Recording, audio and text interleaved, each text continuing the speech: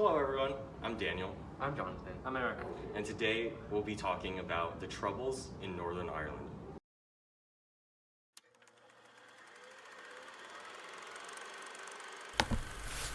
Historically, Ireland and Britain have spent hundreds of years at war with each other. One of the more relevant reasons for this conflict was, well, religion. Ireland has traditionally been more Catholic, while Britain, on the other hand, has been very Protestant.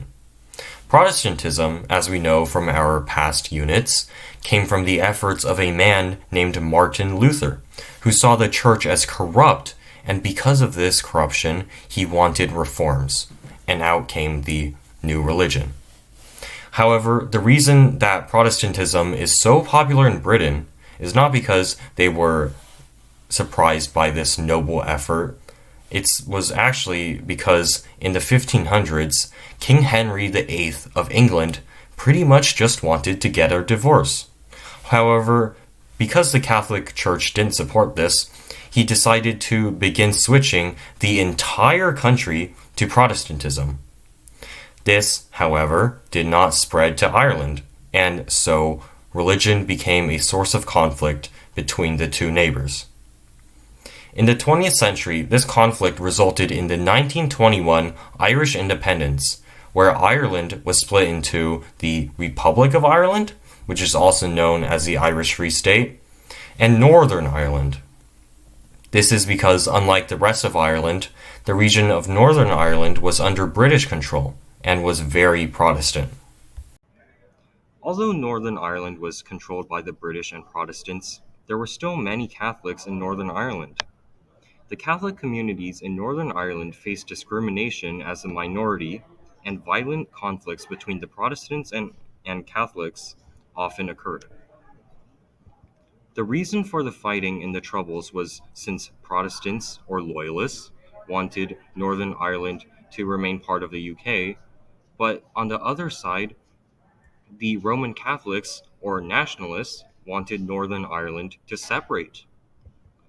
The main important locations of the Troubles are Northern Ireland's capital, Belfast, and the city of Derry, which is also known as the capital of injustice.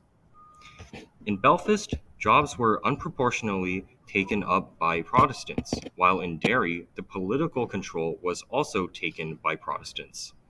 According to the history professor James Smith, in the city of Derry, which had a two-thirds Catholic majority, the voting districts had been gerrymandered so badly that it was controlled politically by Protestant loyalists for 50 years.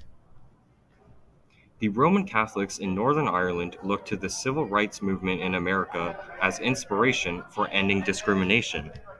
Roman Catholics formed groups like the Irish Revolutionary Army (IRA) and the Unionist paramilitary forces who wanted to keep themselves separate from the British. The Protestant Loyalists were supported by the British Army and the Royal Ulster Constabulary and the Ulster Volunteer Force. On October 5th, 1968, there was a protest march planned along Duke Street in Derry to protest against Catholic discrimination. It was banned by the Northern Ireland's government, but people still protested, shouting, "One man, one vote," and smash sectarianism. However, police brutally cracked down on the marchers with rods and batons. Inspired by Martin Luther King's marches, Roman Catholics marched from Belfast, which is the capital of Northern Ireland, to Derry. The Royal Ulster Constabulary escorted the Catholics, but when the Loyalists started attacking the Roman Catholics at the Burntillet Bridge near Derry, the RUC only watched them be attacked, not lifting a finger to help. In 1969, in the Battle of Bogside, which was 3 days of violence, started because Protestants organized parades that honored Protestant victories.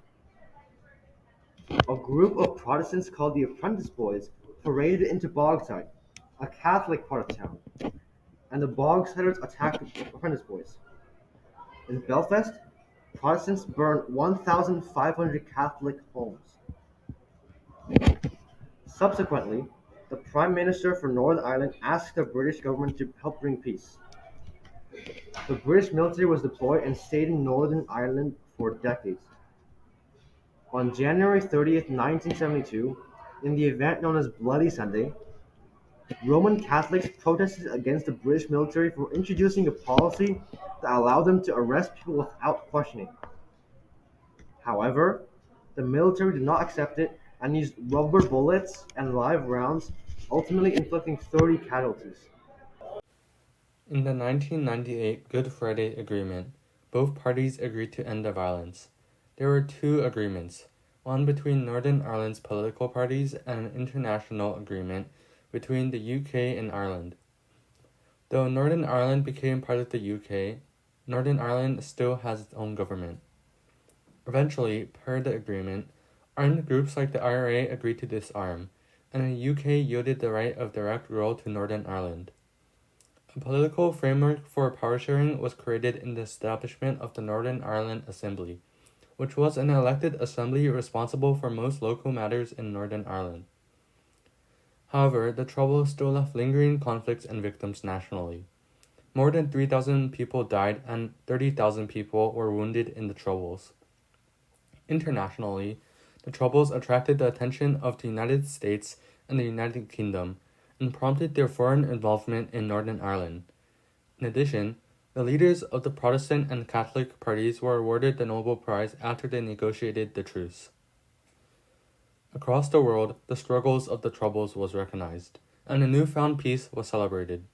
Northern Ireland set an example for a new era of change, where the religious persecution of the past would be replaced by acceptance.